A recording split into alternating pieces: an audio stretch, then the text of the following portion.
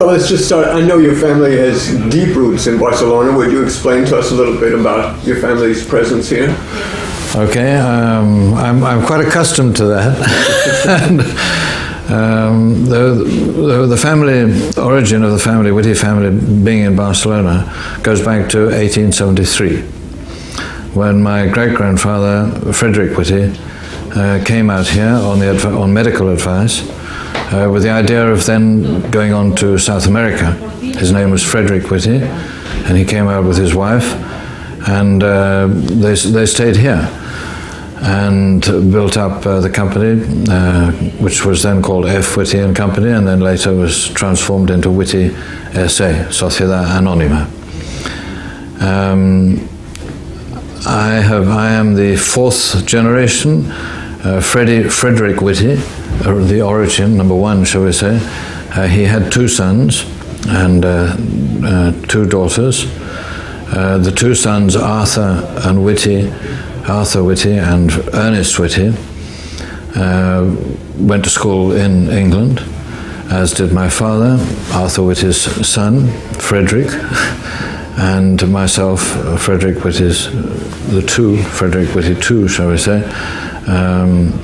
I'm Frederick Witty II's son, and I have a brother, Christopher, and so forth. Anyway, the family started off with this business. The business has been going on ever since, which goes back 130 odd years. As a shipping agency. And the family have always been associated with various other activities. Arthur and Ernest Witty, at the end of the 19th century, well known for having helped found the football club, the Barcelona, and Ernest Witty is the founder number one of the Real Club de Tenis de Barcelona. And my grandfather, Arthur Witty, was president of the FC Barcelona for a couple of years, I think in 1903, 1904.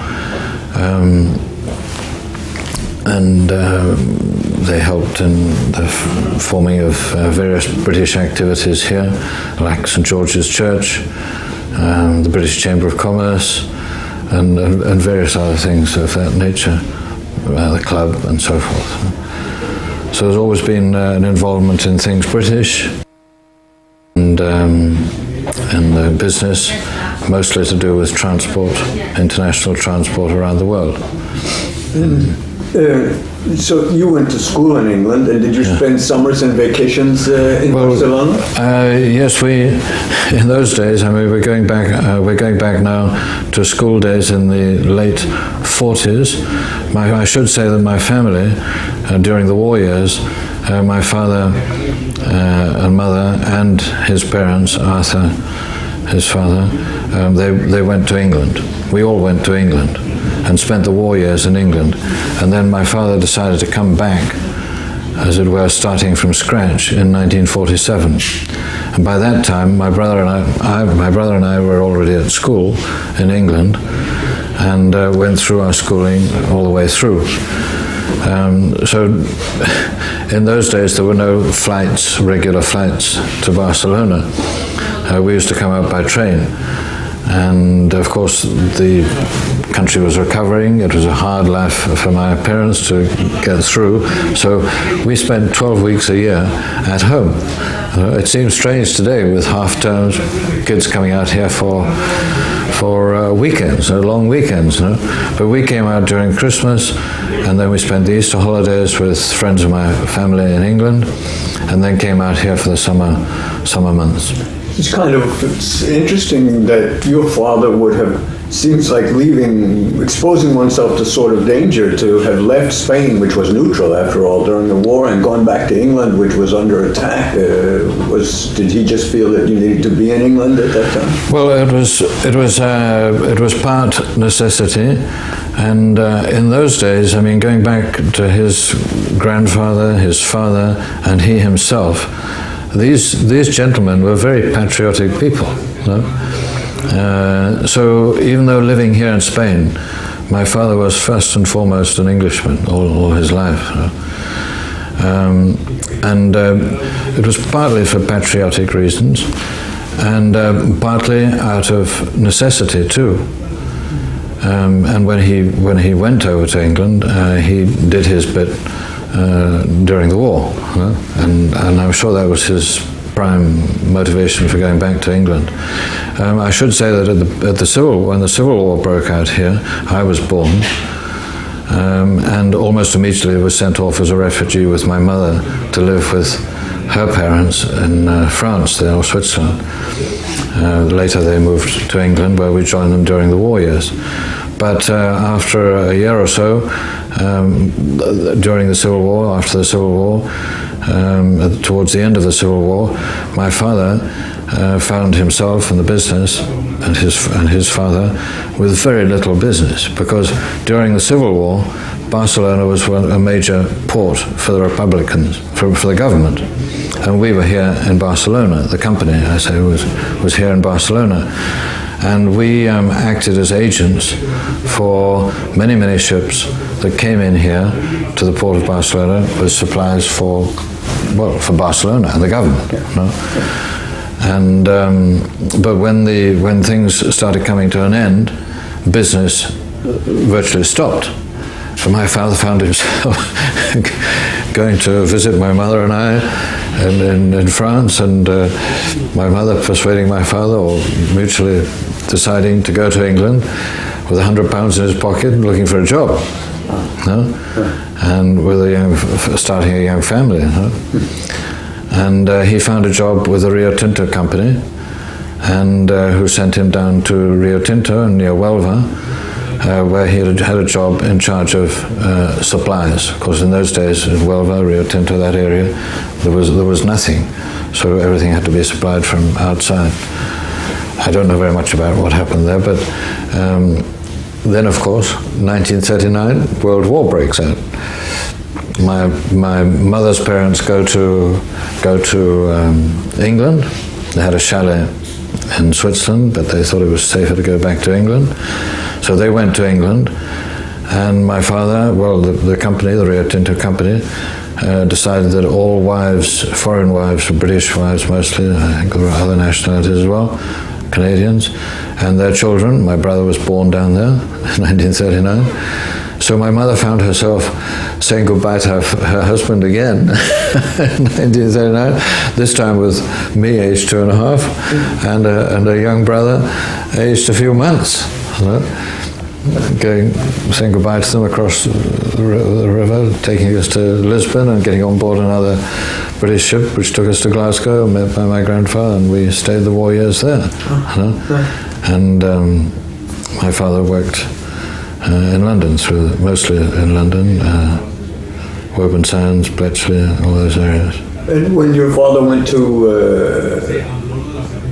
Rio Tinto, but later when he came back to Barcelona, was it never held against him that he had sort of been a shipping agent for the Republicans at the time? No, because the agency had existed since 1873, and we'd been closely associated with British trade through the British Chamber of Commerce, which my father and his family, his father and his grandfather had been very active members there. So what did happen though, we were penalised actually. You're right, there was a penalty, and we'd had the licence to perform as customs house agents, for clearance of goods, imports coming into the country, and clearance on behalf of people who imported goods. They need a customs house agent to look after all the paperwork and so forth, and calculate the duties and all this sort of thing. But that was taken away from us. We no longer had it. No. And when that was the only penalty. That's not too bad. Yeah. When you came over for vacations, for instance, in the 50s, I mean, what details struck you most about life, quotidian life here, daily life here? It must have been quite a change, even I would think post-war England, where things must have been scarce and somewhat. But here, how was it here? Well, I just have some very. I don't have any memories of any tremendous differences, because after all, in England I was at school. I wasn't living outside school. I was at a boarding school, no? And the only time that I had living in England really was limited to the 4 weeks at Easter with friends in England, village life, a small village with a vicar and his family, same age children as myself. But of course there were differences and things that I do remember. Out for Christmas, for example, we used to, the thing was to buy a large chicken, and this chicken would be kept in the patio in Barcelona, right? Until Christmas Day, and then it would be taken to the local baker up on Montaner, near Plaza Adriano, and the baker would cook the chickens for families who had chickens. Chickens were a very rare thing. So he would kill it, pack it, and do it, and have it ready for you on Christmas Day. And because the flow of gas or electricity, I'm not sure which it was very sort of irregular, and you couldn't do a roast or cook a cake with any guarantee of it working out properly. No? I remember bread was rationed for the first years. What else? Of course, there were maids in those days for families who could afford it. We did have a maid living in. Nowadays, who has a maid living in? Nobody. I mean, for years, for us. Small loaves of bread, is that what you would get? Yeah, it was brown integral bread, yes. And I remember outside Barcelona, I had the use of a small place in Caldetas, and their cooking was by charcoal. And the ice, there was no electric fridge in those days. But ice used to be delivered on a daily basis, a big block of ice, which was put in your icebox. In your icebox. Yeah. In Caldetas, but not in Barcelona. In Barcelona as well. Barcelona as well. Yeah, I seem to remember that. Yeah. And suppose traffic was scarce. Well, traffic you could wander across the Paralelo without looking to see where the cars were coming, and if you were driving, you would have to be careful of pedestrians and hoot your horn. I can remember that. Yes. And the trams, of course. The trams which disappeared. The last tram ran here when Munich was preparing for the Olympic Games in Munich. When they were preparing for the Olympic Games there, I remember being in Munich. This is much later, of course. I was then working in business. I remember going to Munich to a trade fair there, and they had installed recently a very sophisticated new network of trams.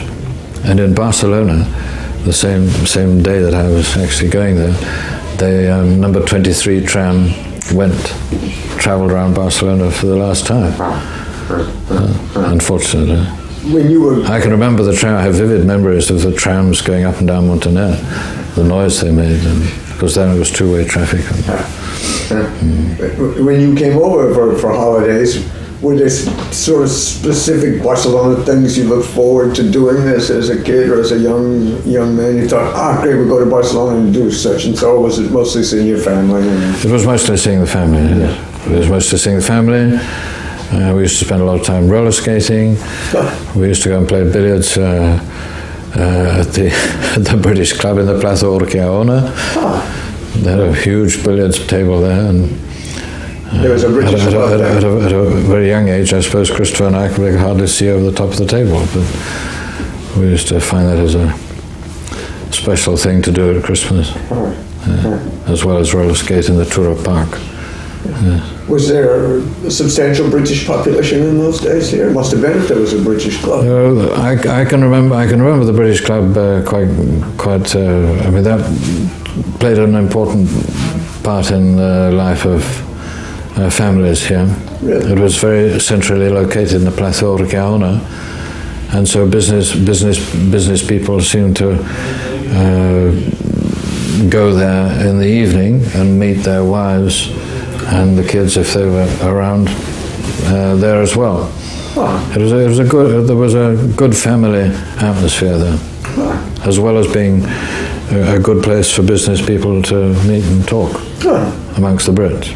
There was very much a community life in those days, which centered around the club. How long did the club, when did it close? I can't remember exactly when it closed, because it became too expensive, of course, to maintain a place like that. And then as British companies came out here, invested, more and more people came out here, young people, and there was much more integration into the Spanish way of living and so forth, and the need for a club no longer became very important. So, as you grew older here, did you have an awareness of the political situation here, and were you able to talk to people here about it? I've always shied away from politics. I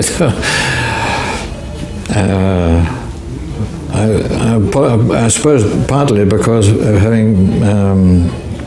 having been here as a foreigner, and especially during the Franco period, I suppose. As a foreigner, it was extremely important. You were here as a visitor, really, and you had to recognize that. Now it's all very different. We're all part of Europe. We're all more or less the same nationality, as it were. But in those days, you were the foreigners had to, behave correctly. It doesn't mean to say they don't behave correctly today, but you were aware of being a visitor, and in business, very important to have that in mind. And we never had anything to do with politics, nothing at all. And you would have been in the late 60s. What were you working with the company? I started working in the company, I think, in 1965 or 66. Yes. So I saw that period during generally Franco's period, and the double accounting and all that sort of thing, which has totally disappeared. It disappeared very quickly. And what was that? I don't know about. Well, and I always remember my father feeling that the stage must come one day when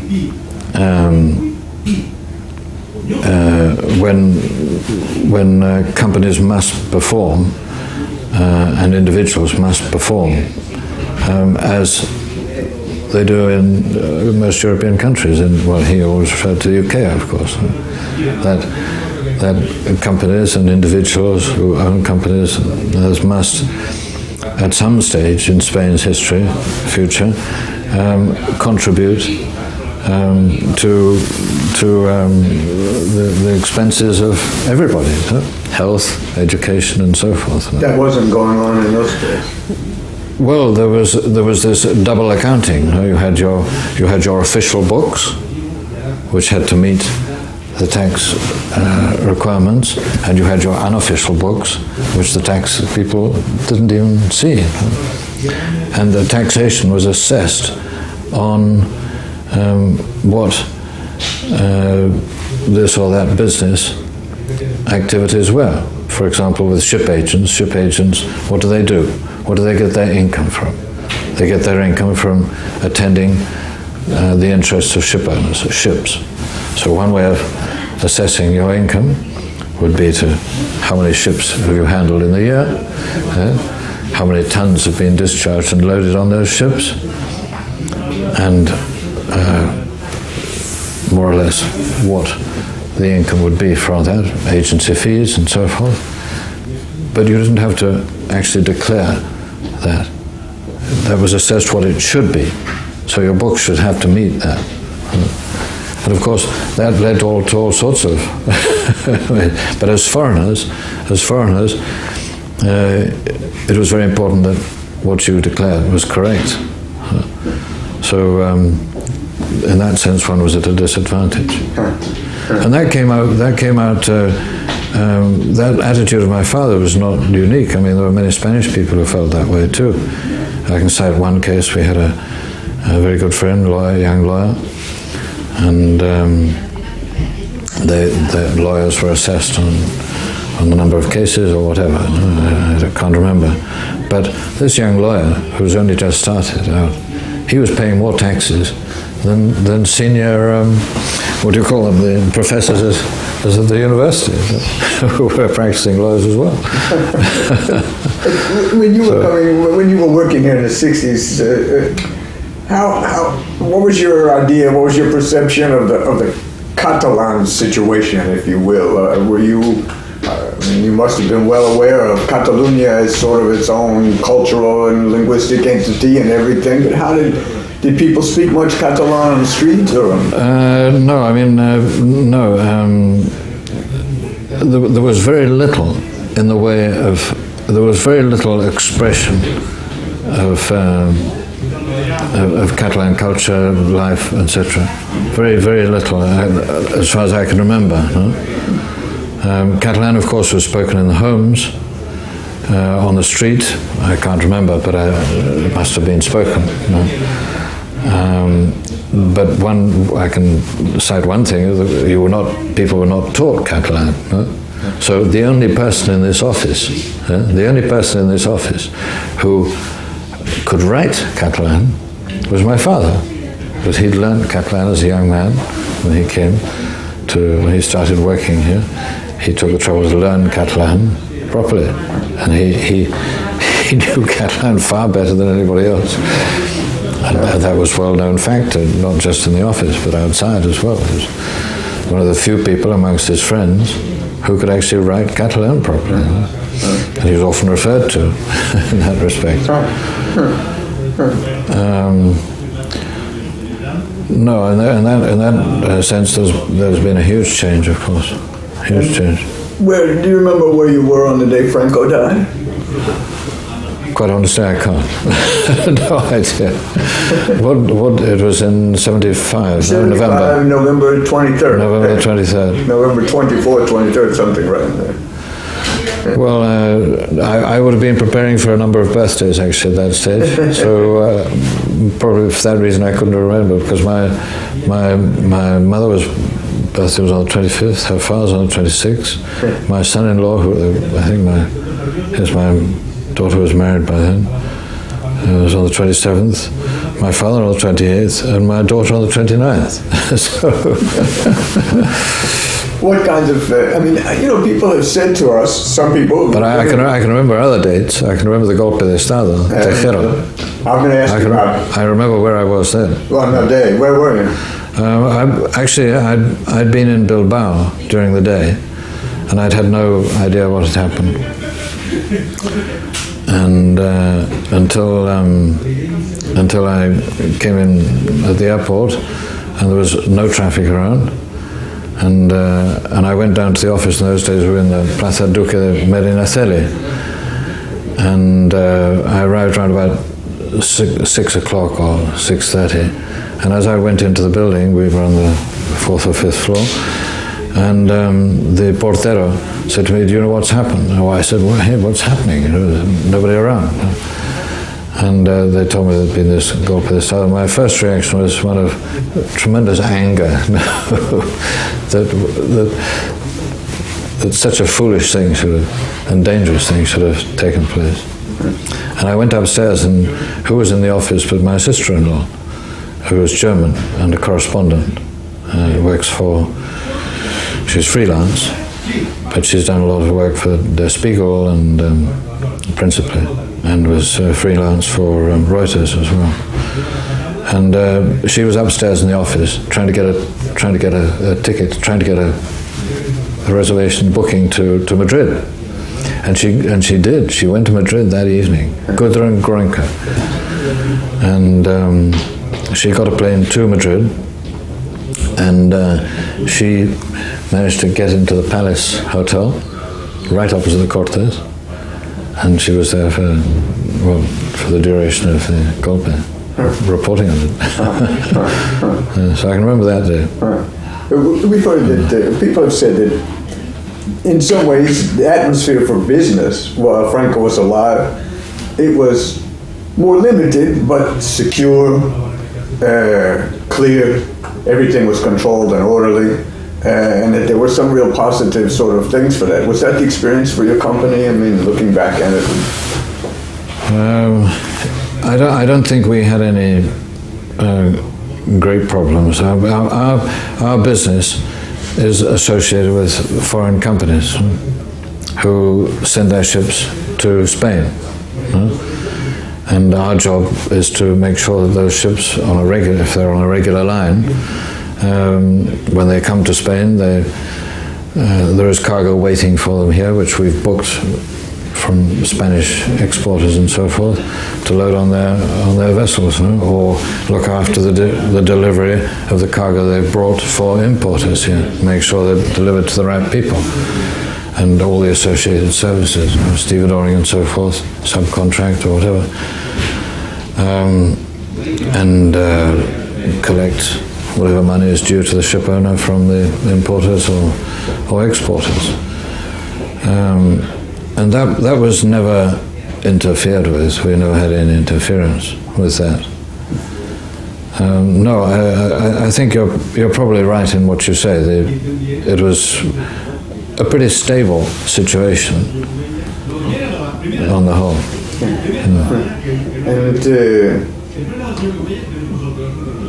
how did, perhaps not much, but how did it change when Franco died and politics, everybody what was the sensation? It seems that it was a real sort of a time in which things, there wasn't that stability. Things were all of a sudden open to kind of change imaginably. Well,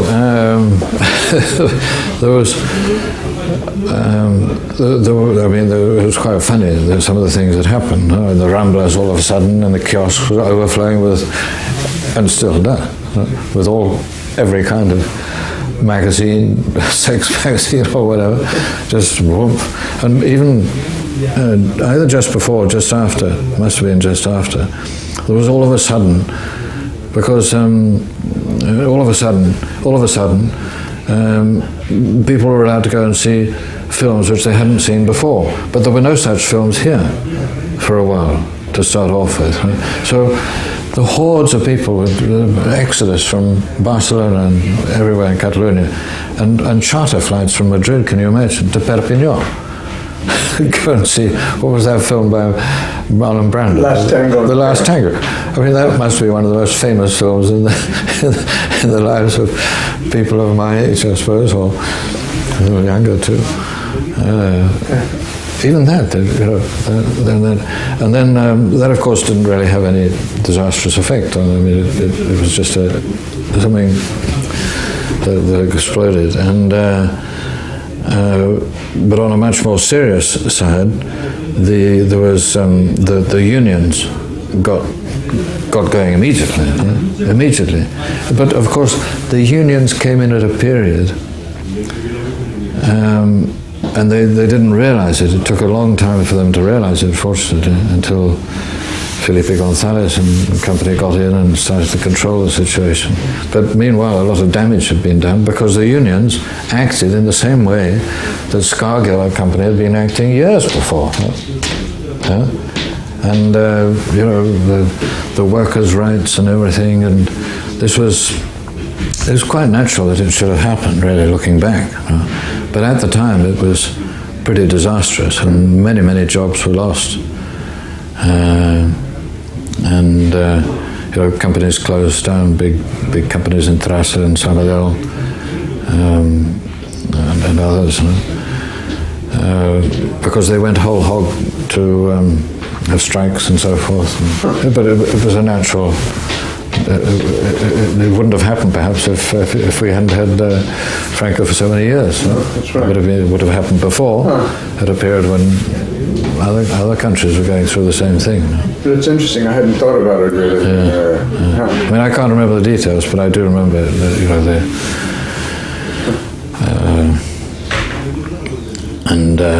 and various measures, which I suppose they must have been introduced at the same time, more or less, which still make it very difficult for companies.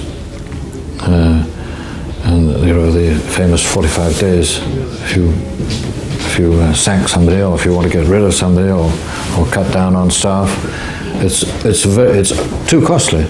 Companies can't do it. That I suppose dates back to that period. Sure. And I guess in that time also, do you remember when Josep Tarradellas came back to Catalonia, came back to Barcelona? No, I have no great recollection of Tarradellas, except, and I suppose it must have coincided with his coming back, the first Dia de Diada, the massive display of people in the Paseo de Gracia and so forth, which has never been repeated since. No? But then, of course, there was an outburst of Catalanismo and him coming back. But the person I remember much more than Tarradellas is Pujol than Tarradellas. I don't have any sort of special memories of that. Pujol was very present in those days. Yes. And then Pujol had this very special relationship with Madrid, but he was quite firm about it.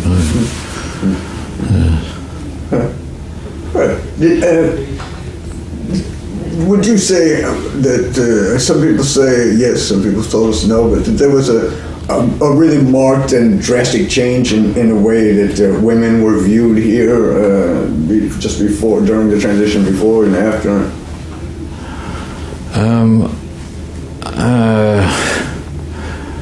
I think there was a big change in attitude towards sex.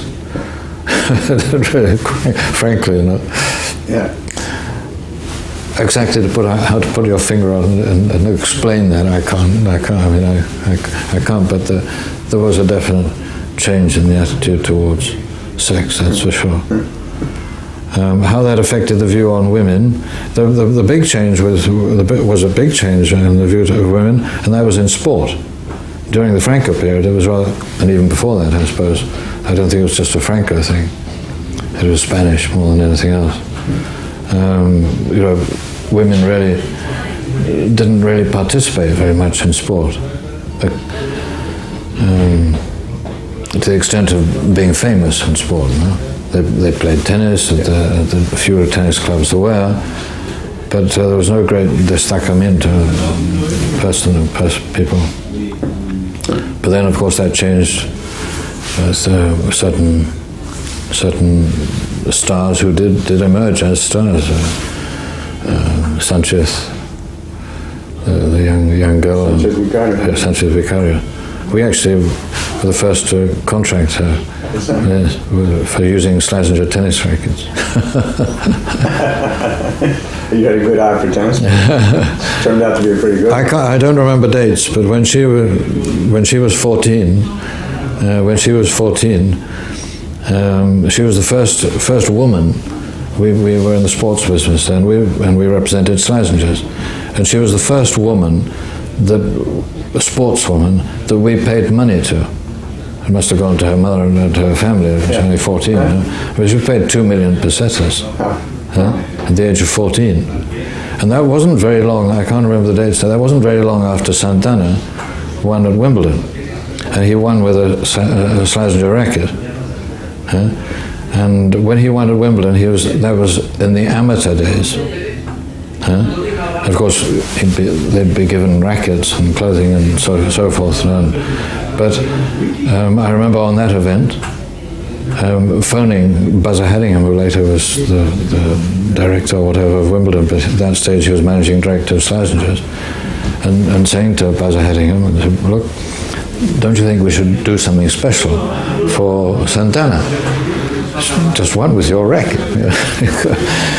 And they said, well, we give him lots of rackets. Do you want us to give more rackets to him? I said, well, Michael, do you mean something financial? I said, yes. Don't you think we should pay him something? The Davis Cup, he's being paid God knows how much, unofficially, of course, by the Spanish government. Samarac was the man in charge of sport in those days, the Movimiento, which covered sport. And I said, yes. Oh, Michael, come on. How much do you think? I said, well, no idea. You say £100, but we'll split it between the two of us. Eh? You pay 50 and I'll pay 50. So we paid £100 to Santana for winning Wimbledon. Can you imagine? Holy cow.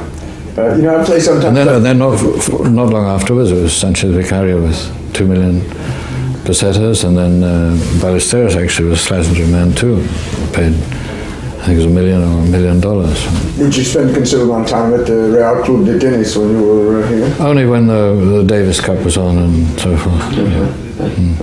My daughter is a member there, and married to a member as well.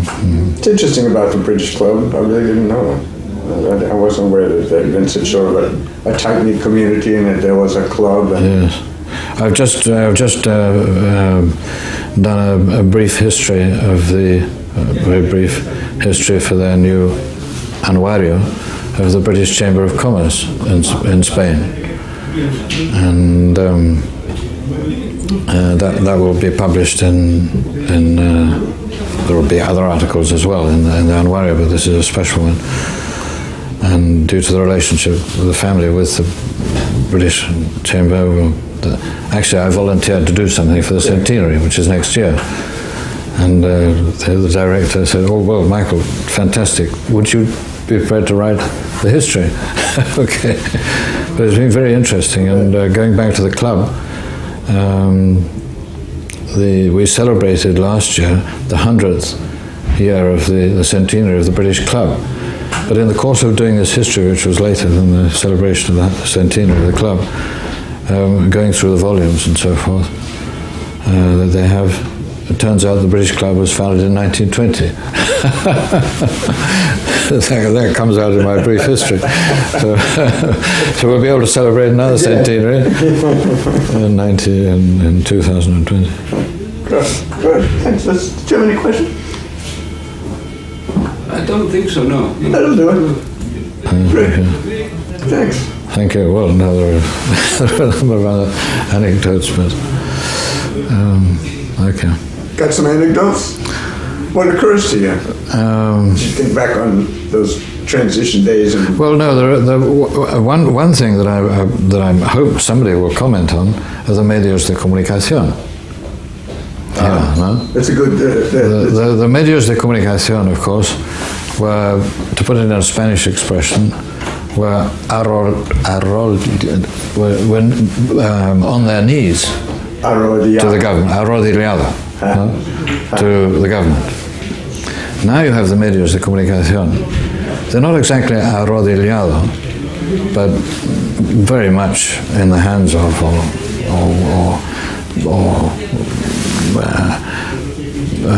not working for is not the right word, but you have the periódico, which is PSOE, and PSC. You have the Mundo, which is very right wing. The País, what's his name, Cebrián, great supporter of Felipe González, and still somewhere along there. The Vanguardia has always followed whoever's in power in the Generalitat. A bit of something for the Convergencia, but and whilst the Vanguardia during the Franco period was totally Franco. So there's been very little change in that, really. The press is the press and the television are very much influenced and by political parties. So you don't get very much free expression, as it were. It's very little. Very little. No? There's no freedom of the press. They think Spaniards are always shocked when you say, no, you don't have a free press here. No. And they always go, well, we do, but in fact they don't. I mean, if the press had been really free, what would have happened in the case of the olive oil, adulterated olive oil? A government could fall on something like that. Yeah, that's right. The prestige the prestige was quite enough in many countries, certainly for a minister, at least, That's right. to fall. That's right. And this thing on the average, on a much lesser scale, not as important, nothing like as important. But also, Really? also it's disturbing because there's not any investigative reporting at all. Well, no, that's the other point. It's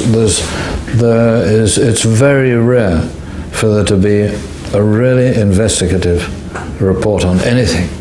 There was nothing else. No access to records, no access to public money is being spent. You can't find out where public money is spent. Well, and also because I would guess that on the whole, because journalism is a profession here, and I think to be a journalist, a profession, you have to pass various exams and so forth. There's no professionalism about investigating. No? There's very shallow reporting on everything, very shallow. No? But there are no tools to do investigative reporting. Well, my sister-in-law, I think if there's the will and determination and professionalism about it, it is possible. It's amazing how one can get into sources and so forth. My sister-in-law got very much involved in the Coltha thing and actually wrote a book about it. And I probably read the book. She went into it very, very thoroughly. She saw everybody who was affected by it, including those people who were charged criminally for it, and all the people who suffered from it, and doctors and so forth. And she came to the conclusion that it was, her investigation showed that it came from a batch of tomatoes that had been sprayed with what do you call the organophosphates. You must have read the book. Organophosphates. Well, I've read. Years ago, I wrote quite a bit about. You wrote about it as well. It was of course exactly. The other thing. This batch of tomatoes. Bad rape seed oil, Yes. which was rapeseed oil. Yes. Which was it? I mean, that was the basic. Well, she produced very solid evidence. I probably did read the book. Yeah. And it was actually they did a broadcast on Yorkshire television of all places, which TV3 repeated, but it was a bit censored. It was. So. Well, and of course, we were talking yesterday. But the media. When there's an election here, the top executives at TV3 all change. Yeah. I mean, at TV1, when there's an election, a national election, jobs are in jeopardy. Yeah. And that can't be. Yeah. You can't. I mean, there's a terrible interaction here between the media. You're absolutely right, between the media and the governments. Yeah. And it hurts a democracy. It's bad. Yeah. It's a bad thing. Well, maybe the Association of Anglo-Parlants will take this on as a problem in our next stage, and we'll count on you if we do. Right. I really would like. I'd introduce her to my sister-in-law too. I'd like to organize a conferencia, a debate about whether or not there's a free press here. I've approached the Center for, the International Journalism Center, and I've never been able to get them interested in the least. But I do know journalists here and in Madrid who would. No, I'm sure there must be local journalists who would be. Like to, and there are one or two people in the Vanguardia who write quite freely. I can't remember the names now. But now I'm going to try and organize a conference next year, maybe, and we'll do it with the association. But then the other thing, of course, during the Franco period, the news was always concentrated, certainly a lot of it, concentrated on what this minister, where he'd been, to which village or whatever, and the same now. So much is dedicated to what the politicians are doing, or together, or speaking against each other. That's right. They are still very important people. That's right. Still a young democracy. And not only amongst politicians, but amongst the people too. In what way do you mean? Well, I found myself on the board of the Port of Barcelona for 2 or 3 years in the early 90s during the Olympic Games, lead up to Olympic Games and afterwards. when the port went through a lot of changes, and I actually was lucky enough to be on the board and took part in the conversations and so forth and decisions. I say took part, but the decisions were already made. and there was a great, I found in that position, that I was there on behalf of an association of companies within the port, and I found to my surprise the great reluctance of people to actually strongly question or debate or argue with the authorities about anything. You know? And of course I did. I mean, I had no problem in doing so. I wasn't, and I made sure that what I proposed or what I argued about was positive and supported by whatever. No? But I found it an odd situation. Klaus was on the board at the same time as Teniente Alcalde, so I have direct experience of how he works.